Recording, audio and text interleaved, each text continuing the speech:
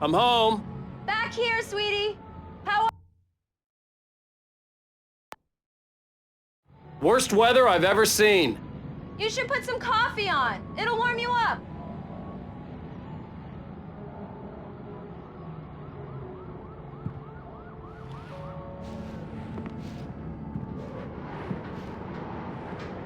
Coffee's on. Great, thanks. I'll need it if I'm gonna finish this by tomorrow.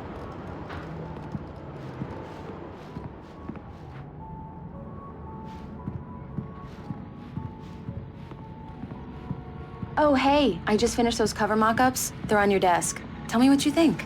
No kidding. I didn't think you'd get them done this quickly. On occasion, I can perform all sorts of miracles, my dear. Oh, really? Well, you seemed to think so last night.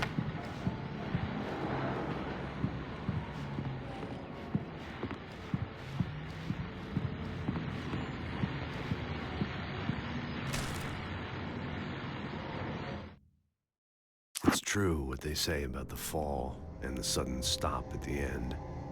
I'd lain here in the snow while the lurid chain of scenes that had led me here kept playing in my head. A rerun of my own private snuff movie. A memory of my corpse. Alone at my own wake. Thinking in metaphors again. The femme fatale was gone.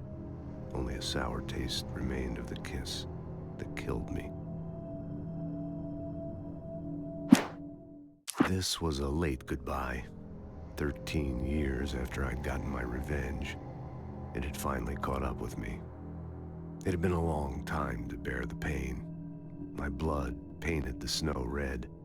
A gruesome slushy dissolved all the scattered painkillers and leisurely dripped down to the sewer, mingling with the bile of the city, becoming one with it. I can see them now. My wife and my baby. Honey, I'm home. These look really good. Oh, sure, until Barry gets his hands on them. Which, by the way, will happen over my dead body. The last time was the last time. Oh, and speaking of Barry, he called. Alan! Alan, please check the fuse box. I'm right here. I'm on it, honey. Please hurry. I'm right here, baby. I'm fine. Just get the lights back on, now, please.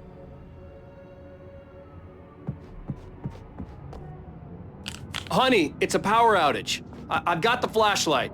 Okay. Hi. You okay? I'm sorry. It just really spooked me. Don't worry. We'll just break out the candles. I know it's stupid, but it's just... especially when I'm not prepared for it, you know? It gets to me. I love you. Tell me a story, writer. Okay. I used to have these nightmares when I was a kid. The dark really spooked me, too. When it got really bad, my mom gave me this old light switch. She called it the clicker. The clicker, huh? Yeah. If I ever got scared of the dark, I could just flip the switch and a magic light would scare the monsters away. Oh, sure. Here it is. Alan. Maybe it'll help you, too. Yeah, nice story, writer boy. You made that up right now, didn't you? No. Seriously. I love you, even if you are a liar. Thanks for this.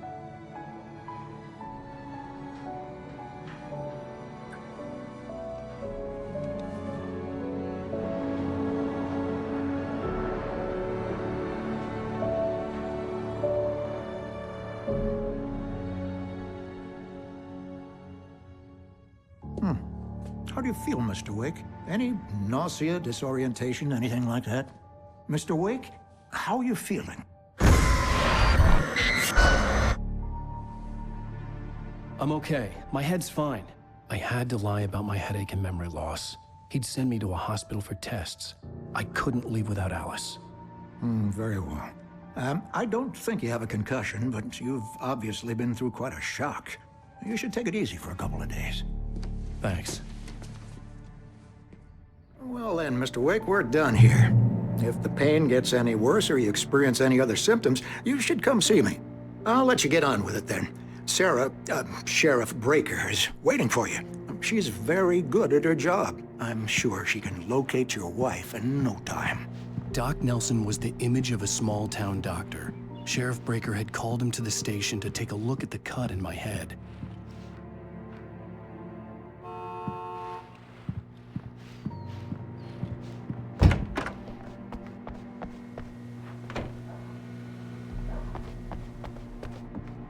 Thank you for testing the lights, Miss Weaver. Everything seems to be fine. I don't have the luxury of being confused. Those will need changing, so you can't change them in the dark. I'll be sure to take care of it, Miss Weaver. Have a nice day now. Come in, Mr. Wake. Your phone's on the desk. The battery was dead. It's charged now.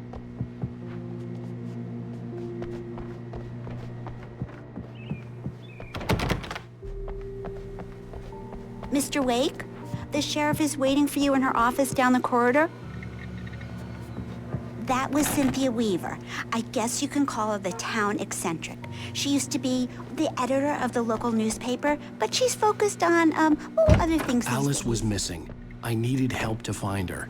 I wasn't ready to leave. She'd fit right in where I come from.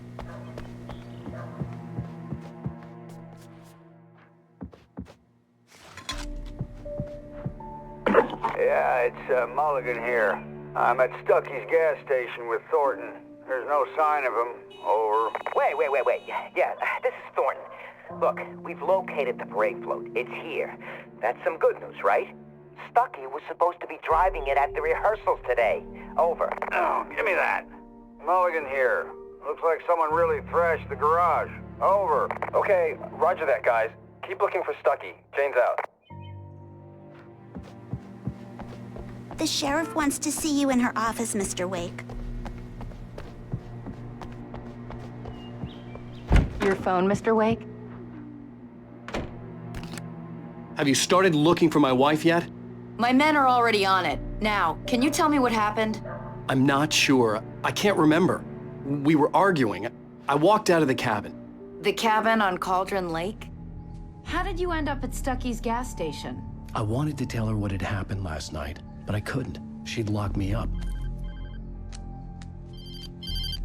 Excuse me. I need to take this. Hello? Alan, please help me. Alice? Stop talking to the law. You'll do exactly what I say if you ever want to see your wife again. Who is this? Go to the back lot. There's a hole in the fence on the left. Look inside the junker. I left a little something there to convince you we're all on the same page here.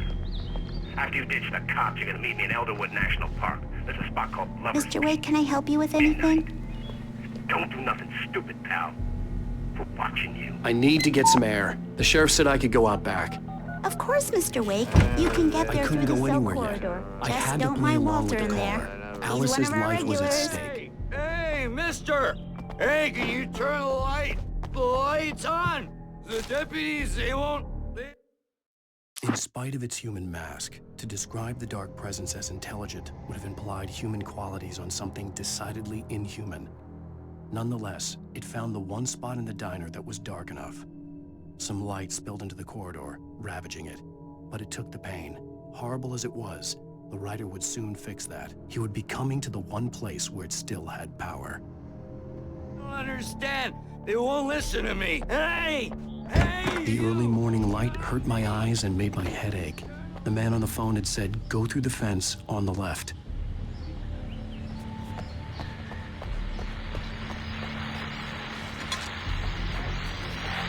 Well, folks, it's been another long night, and it's about time for me to sign off for a while. God knows I need my beauty sleep. Just one more item before I go. It's been a busy night for the sheriff's department. We've had a few broken windows, even a report of shots fired on Main Street. Deputies Mulligan and Thornton had to deal with two intoxicated young men who were celebrating the completion of their Deerfest float. Now, folks, we get this every year. I know it's exciting, the big day is almost here, but let's save it for the party and leave the gunplay for the shooting competition, huh? There's no point in getting all worked up yet.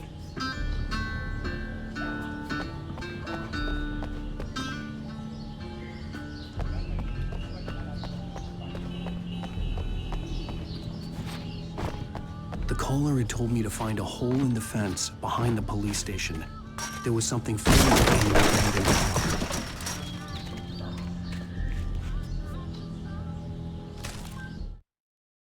The kidnapper fired his gun one last time, and the shadow vanished into the darkness it had come from.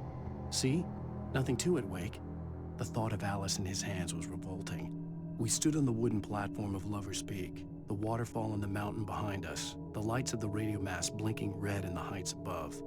I fought with the urge to take a swing, force myself to speak. Let's cut the act now. Where's my wife?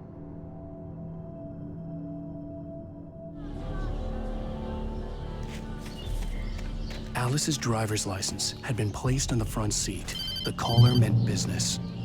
Barry? Ow! Ow! Thank God! Where the hell have you been? I've been trying to reach you for a week, you and Alice. I've been worried sick. I flew out yesterday. I'm here in Bright Falls. Barry, listen to me. I'm at the sheriff's station. Come and get me. I can't talk now. Al, what the hell is going on? I had to get the sheriff to let me go. I needed to get to Elderwood National Park to meet Alice's kidnappers.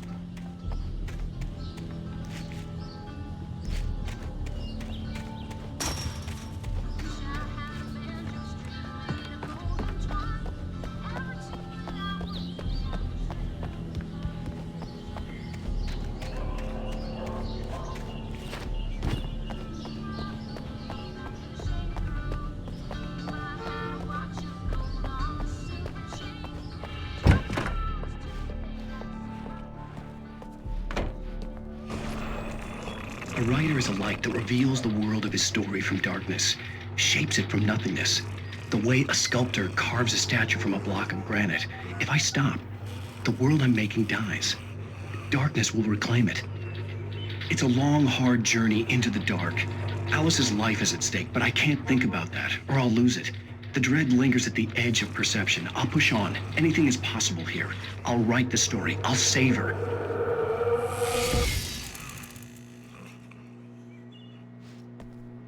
Marvelous, Sarah. I just wanted to settle all the damage the Anderson brothers might have inadvertently caused.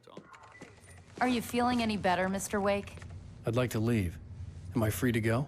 Well, we still need to talk about... Am I under arrest? No, of course not.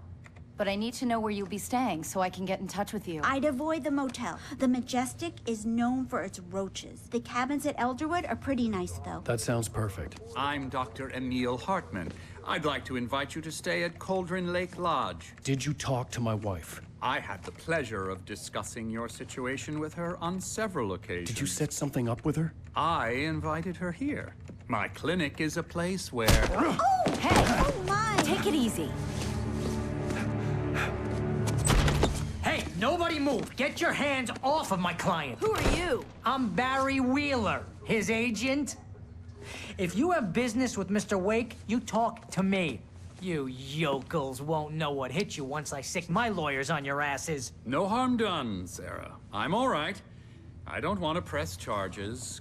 Mr. Wake, my offer still stands. Get me out of here. What the hell was that about, Al? We don't need a replay of that thing with the paparazzi.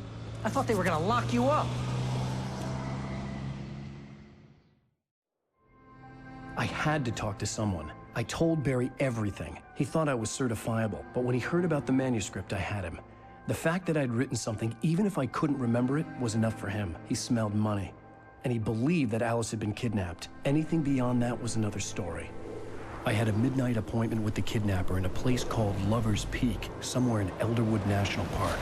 The plan was to rent a cabin. I don't like it, Al. I don't like any of it. It's not good. In fact, it's the absolute opposite of good. Mr. Wake! Barry, you found him. Hi, Rose. Oh, wow. I was just thinking about you, too. Great. I was just bringing Rusty some coffee. He's on the balcony, looking after Max. Poor thing.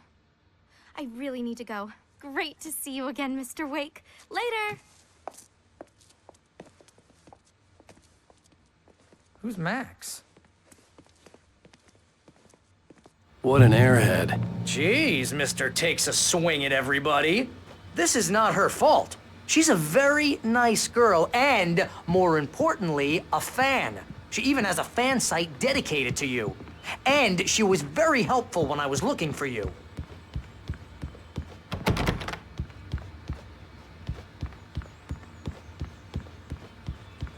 Seriously, Al, what you were saying in the car? Just listen to yourself. What, you shot a guy and his body just disappeared? When was the last time you slept? Are you high? Have you been drinking? No! Look, Barry, I'm missing a week, and someone's got Alice. Do you and everything's understand what it sounds like when you say stuff like that? Don't get me wrong, it's a good story, could be a bestseller. But when you start confusing fiction with reality, you're buying yourself a ticket to the funny farm. Wait here.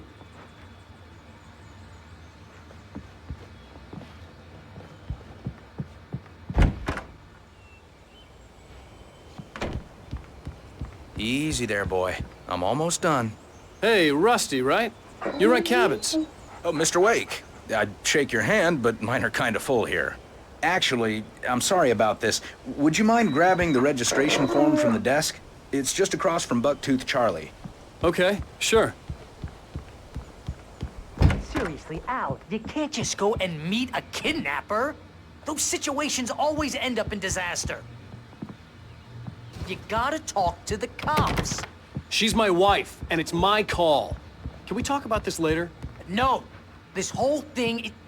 Listen, you hit your head. I mean, geez, Al, come on. You gotta understand how crazy all this sounds. If you're trying to pull a joke on me, freak me out, it's working. Ha ha, let's have a laugh on Barry. Well, you had me going there real funny, Al. You can quit it now.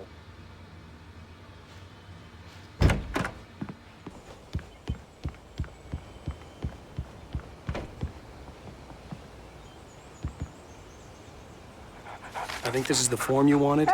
And here are the keys. Okay, you're all set, Mr. Wake. Glad to have you staying here. Thanks. Can you tell me how to get to Lover's Peak? Oh, sure. It's at the end of the nature trail. Just follow the paths, you'll get to it eventually. It's an easy walk. Nice spot, too.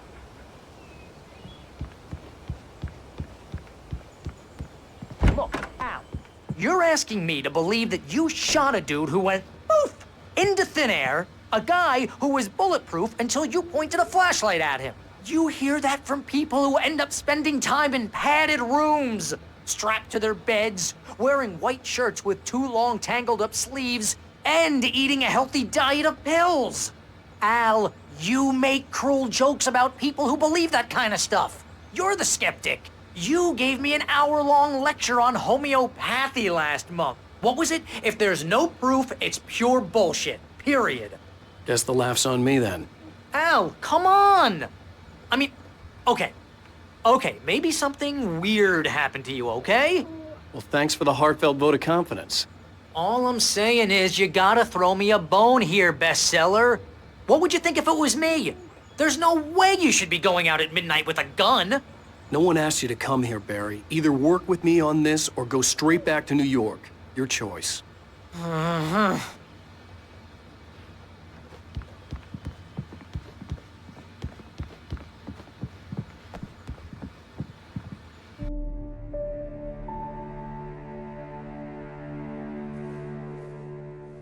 That's just crazy talk, Al.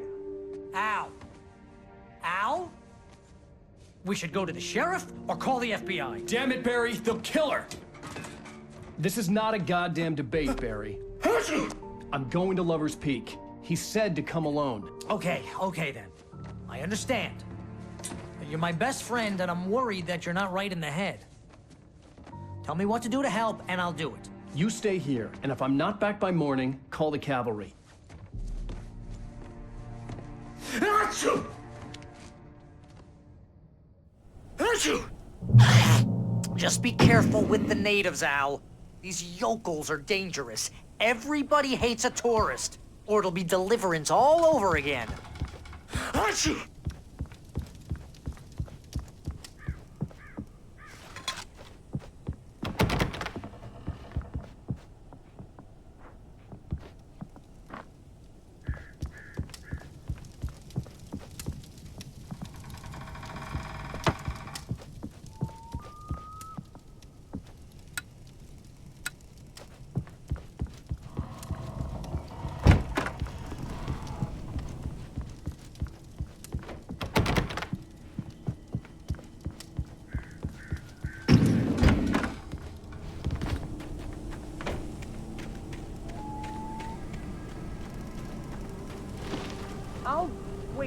Al. I'll hold down the fort. I'll be with you in spirit every step of the way, Al. Locking the door now.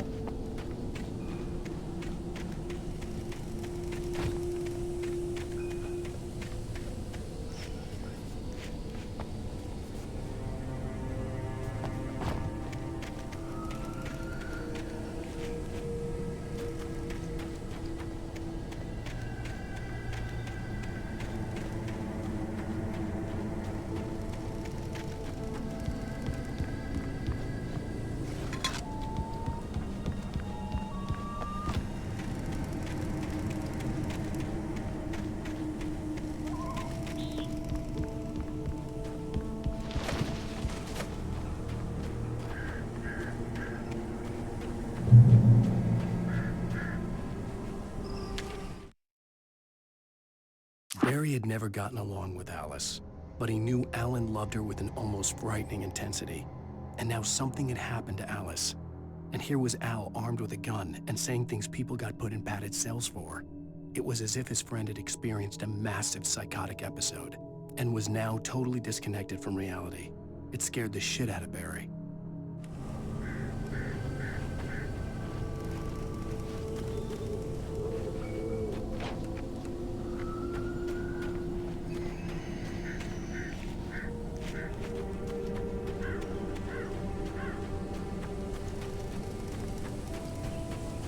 I knew I should have gone to the cops. This wasn't the smartest thing I'd ever done, but I was still angry with Barry for trying to talk me out of it. These people had called me right in the sheriff's station. The cops wouldn't scare them, and they had Alice.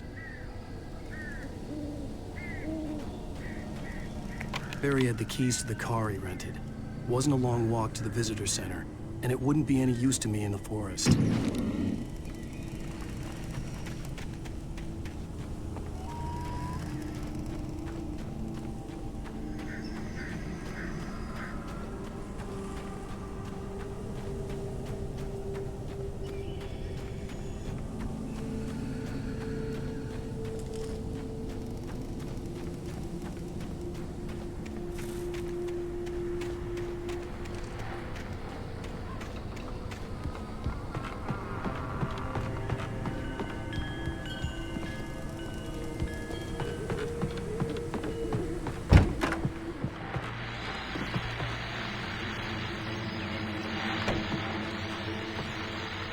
Welcome back to the show, folks. As promised, our very own Dr. Nelson has just parked his rear end in the studio. Doc, what's your Deerfest plan like?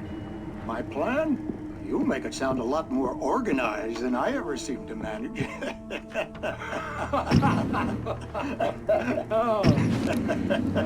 No plan, really. Just taking the atmosphere.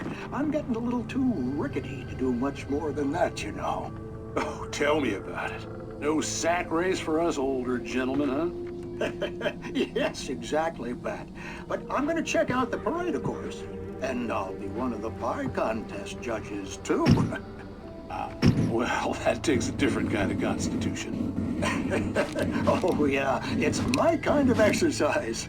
Now, Doc, seriously, you're in pretty good shape, though. You're the outdoors type. I know for a fact you're an avid fisherman. That's right. Matter of fact, just caught a heck of a largemouth bass early this morning. But you're not taking part in the fishing contest? No, not this year. See, Pat, I'm just not that competitive anymore. Now I just like to take my time and enjoy the peace of it. It's no fun if I need to worry about what I'm catching, you know? Well, considering your track record, the participants are probably pretty happy you feel that way. Well, Pat, that's kind of you to say.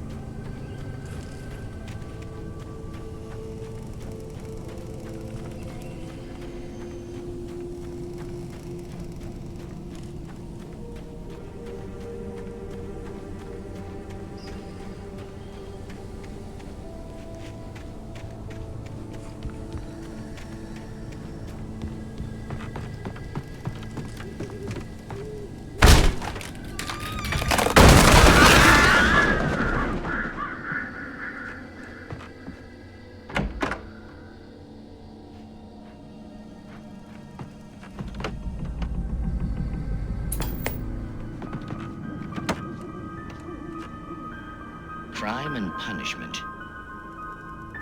The cancer and cure of civilization. But some crimes are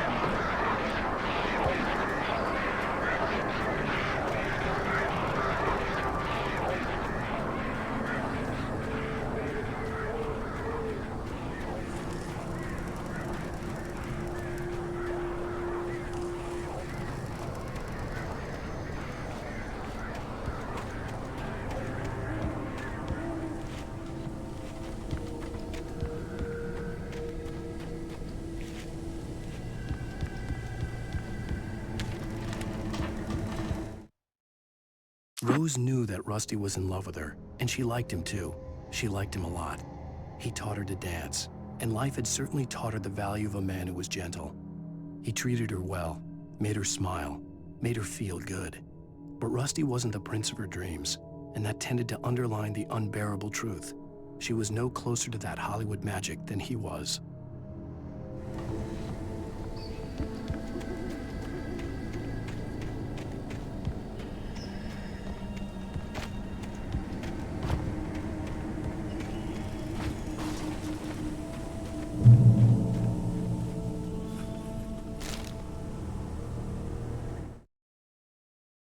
The air in the visitor center was heavy with an awful smell, as if some rotten, drowned thing had crawled up from its grave. Rusty kept coughing blood. My eyes were drawn to the twisted shape of his broken leg. The attack had been vicious. Max whined in his cage. Rusty's eyes were wild with fear and terror. He gasped. "Mr. Wake, it happened just the way it was on that page."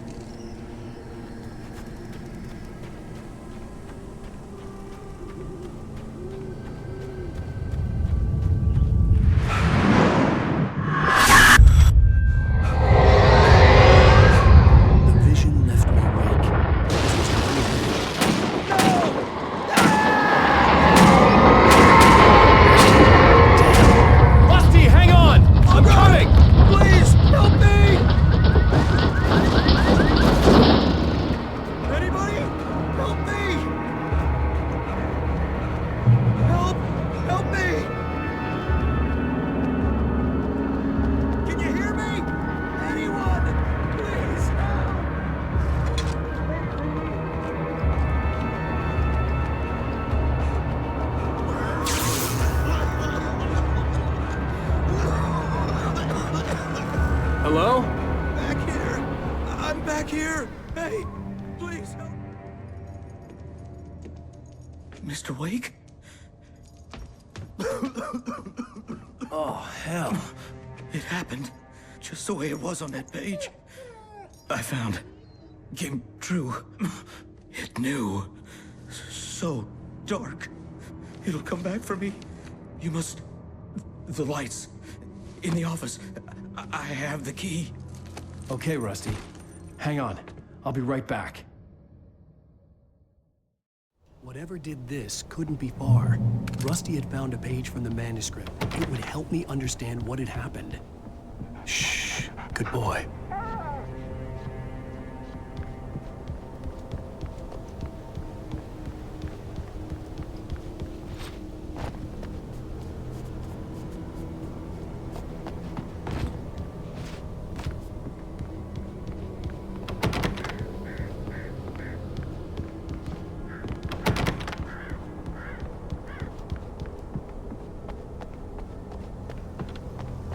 The only way to make sure that Rusty was safe was to get the power running and the lights back on.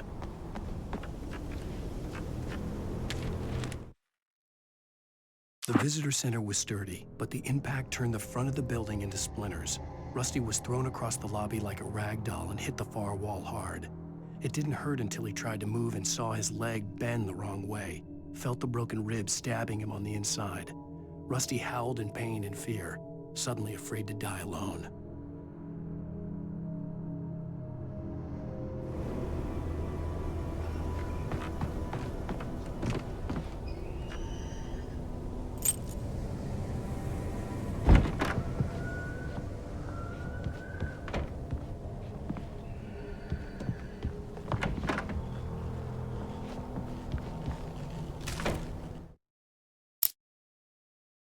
At the last instant, I changed direction and threw myself down. The axe splintered the trunk of a tree. I stumbled into the pool of bright light. My lungs burned. I was too exhausted to move. I tensed as I waited for the killing blow, but it never came. I raised my head. Nothing moved in the darkness beyond. For the moment, bathed in the cold light, I was safe.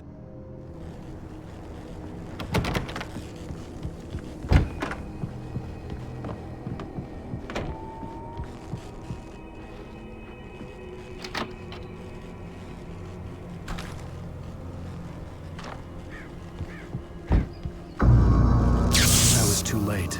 Someone had destroyed the circuit breaker. There was no way to get the lights back on.